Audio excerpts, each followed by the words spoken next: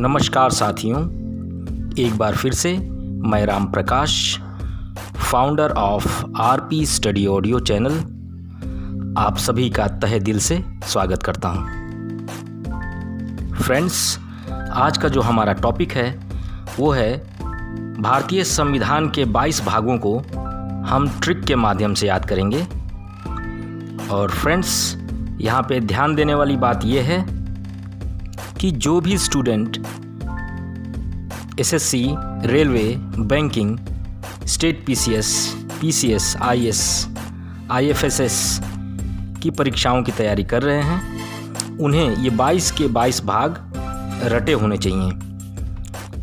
इसी को ध्यान में रख करके मैंने सोचा कि आपको ये टॉपिक क्लियर कराया जाए। फ्रेंड्स, आप लोग YouTube पर देखते होंगे, बहुत लोग कहते हैं कि सिर्फ 5 मिनट में आप सभी भागों को याद कर सकते हैं। क्या यह संभव है? बिल्कुल नहीं।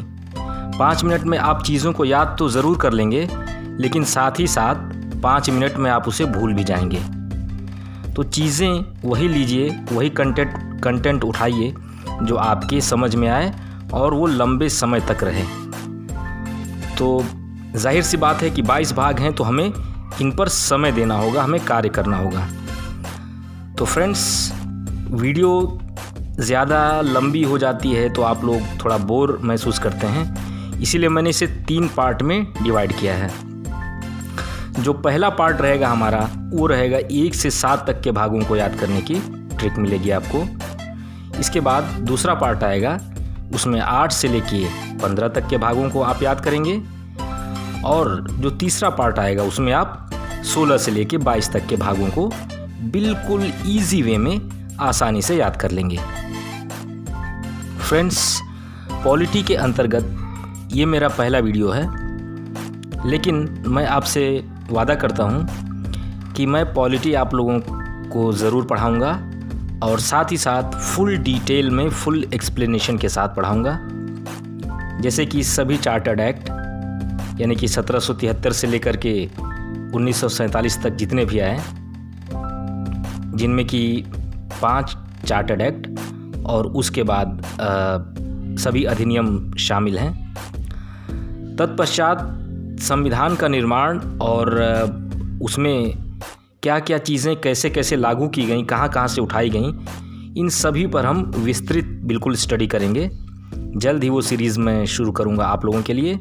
चलिए, आज फ़िलहाल हम देखते हैं अपना टॉपिक 1 से 7 तक के संविधान के भागों को याद करने की शॉर्ट ट्रिक। तो फ्रेंड्स, जो हमारा पहला भाग है उसके अंतर्गत क्या आता है? उसके अंतर्गत आता है भारत एक संघ राज्य क्षेत्र है, यानी भारत के अंतर्गत एक संघ है जिसमें आपके 29 राज्य और 8 केंद्र शासित प्रदेश शामिल हैं। यानी कि सभी राज्यों को मिला करके और एक आपका संघ बना है, उसी की चर्चा यहाँ पे की गई है।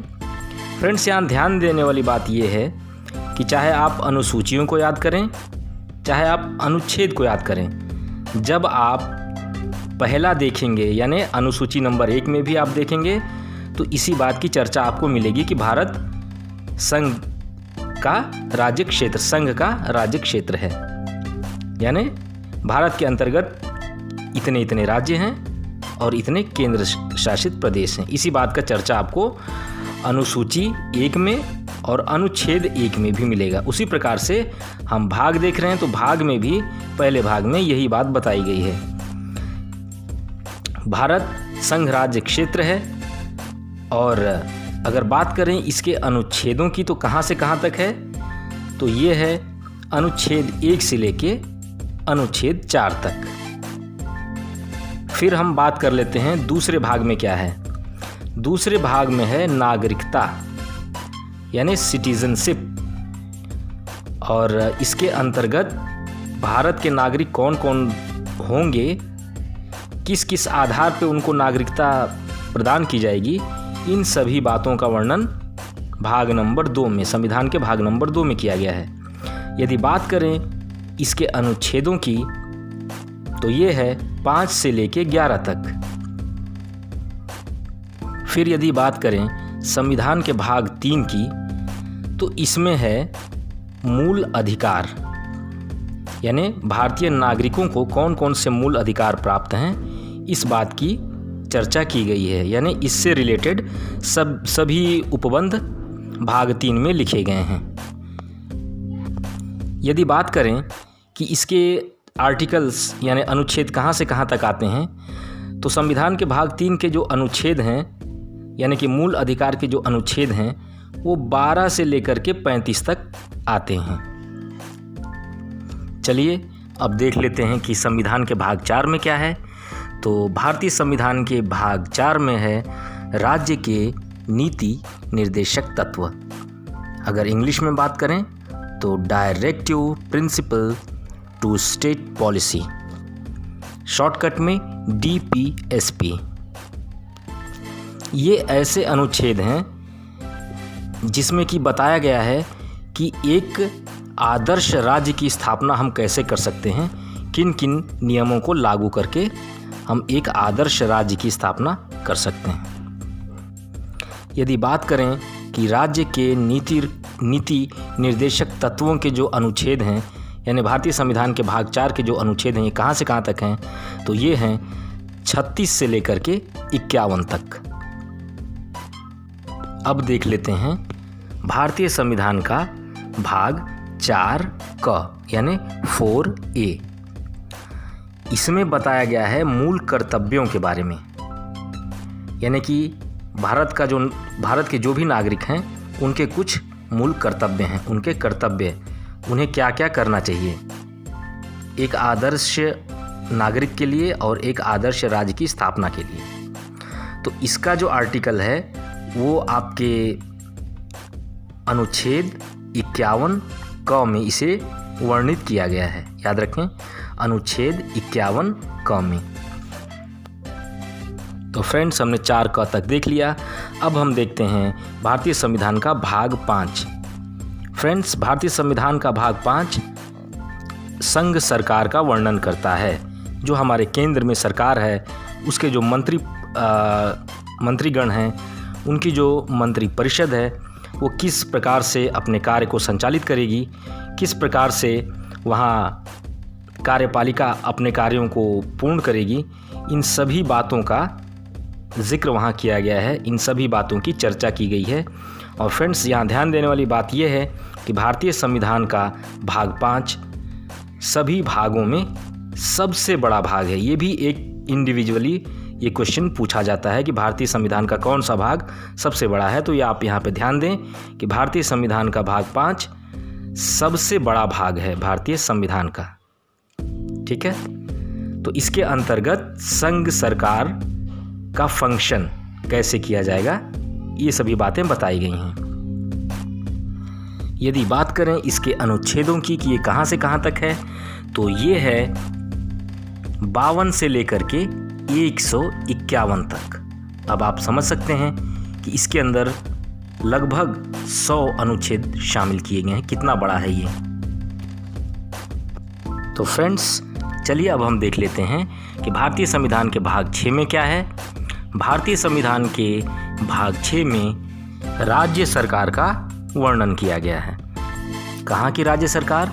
सभी राज्यों के अंतर्गत आप सभी जानते हैं कि एक राज्यपाल होते हैं, एक मुख्यमंत्री होते हैं और उनकी मंत्री परिषद होती है। तो ये लोग किस प्रकार से फंक्शन करेंगे, किस प्रकार से अपने कार्यों को एग्जीक्यूट करेंगे, लागू करेंगे, कैसे लोगों के बीच योजनाओं को कार्यान्वित करेंगे, ये इन सभी बातों का वर्णन किया गया है किसमें?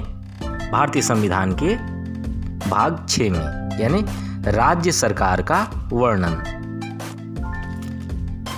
जैसे भाग 5 में केंद्र सरकार का वर्णन है, उसी प्रकार से भाग 6 में यहाँ पर राज्य सरकार का वर्णन बताया गया है। यदि बात करें हम इसके अनुच्छेदों की, तो इसके अंतर्गत जो अनुच्छेद हैं वो हैं 152 से लेकर के 237 तक। क्लियर हो गया होगा आपको। 152 से लेकर के 237 तक, यानी राज्य सरकार का जो भी वर्णन किया गया है वो किया गया है 152 से 237 तक, भाग 6 के अंतर्गत। फ्रेंड्स, अब हम बात कर लेते हैं भारतीय संविधान के भाग 7 की। तो भारतीय संविधान का जो भाग 7 है वो इस समय निर्वासित कर दिया गया है, रिपील कर दिया गया है, यानी भारतीय संविधान का जो भाग 7 है उसे निकाल दिया गया है, अलग कर दिया गया है, ख़त्म कर दिया गया है। एक प्रकार से आप ऐसे भी बोल सकते हैं। तो चलिए अब 1 से लेके 7 तक के भागों को याद करने की हम ट्रिक देख लेते हैं। तो फ्रेंड्स, इसकी जो ट्रिक है वो है संघ के नागरिक व मुनीम संघ राज्य से एक साथ निकल गए। बिल्कुल आसान सी लाइन, एक बार फिर से आप लोगों के लिए पढ़ता हूँ। संघ के नागरिक व मुनीम संघ राज्य क्षेत्र से एक साथ निकल गए। तो चलिए फ्रेंड्स, इसका हम एक्सप्लेनेशन देख लेते हैं, कैसे हम इस एक लाइन से 1 से 7 तक के भागों को याद कर लेते हैं। संघ के नागरिक, संघ से देखिए आप रिलेट कर सकते हैं भाग 1, उसमें क्या बताया गया है? उसमें बताया गया है संघ और राज्य क्षेत्र। ठीक है, तो संघ के यहाँ साइलेंट, नागरिक से आप संविधान के भाग 2 को याद कर सकते हैं, नागरिकता। संविधान के भाग 2 में क्या मैंने बताया अभी? नागरिकता।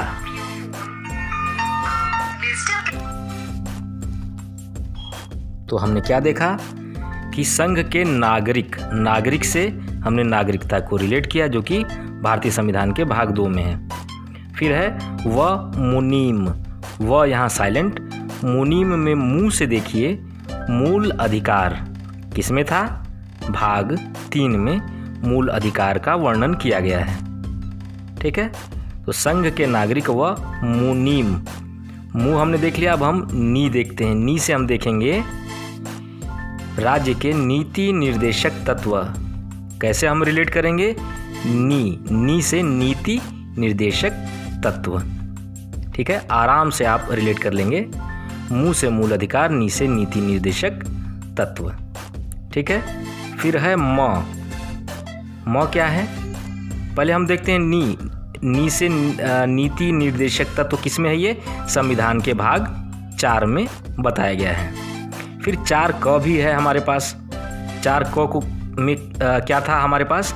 मूल अधिकार। इसे हम कैसे याद रखेंगे? मूल कर्तव्य कैसे याद रखेंगे? इसे हम याद रखेंगे मुनीम। यहाँ ध्यान दें, 3 भाग एक ही वर्ड में आपको यहाँ पे रिलेट करने के लिए बताया गया है। मुंह से मूल अधिकार, नी से नीति निर्देशक तत्व, फिर अगले यानी अंतिम म से क्या है? मूल कर्तव्य, जो कि किस में बताया गया है? ये बताया गया है 4A यानी भाग 4 क में बताया गया है, मूल कर्तव्य। ठीक है, ट्रिक में हम कहाँ तक पहुँचे?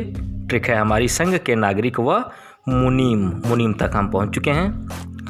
अब हम देखेंगे संघ राज्य क्षेत्र से एक साथ निकल गए। तो संघ देखिए भाग 5 में है संघ सरकार का वर्णन, तो संघ हम आराम से रिलेट कर लेंगे। संघ राज्य से, तो पहले हमने संघ को भाग 5 से रिलेट कर लिया। अब हम देखते हैं राज्य से या राज्य क्षेत्र से, तो यहाँ पे क्षेत्र से साइलेंट रहेगा। राज्य हम लेंगे, राज्य सरकार का वर्णन किस में है?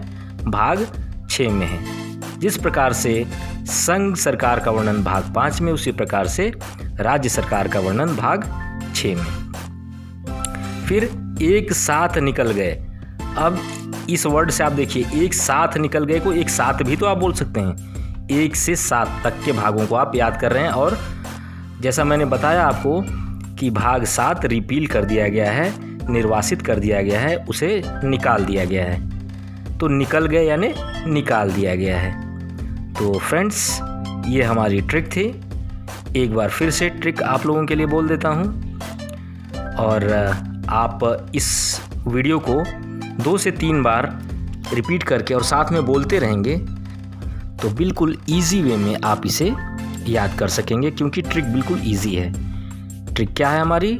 ट्रिक है हमारी संघ के नागरिक व मुनीम संघ राज्य क्षेत्र से एक साथ निकल गए, या आप ऐसे भी बोल सकते हैं संघ राज्य से एक साथ निकल गए। ठीक है, तो फ्रेंड्स उम्मीद है कि आप लोगों को समझ में आया होगा।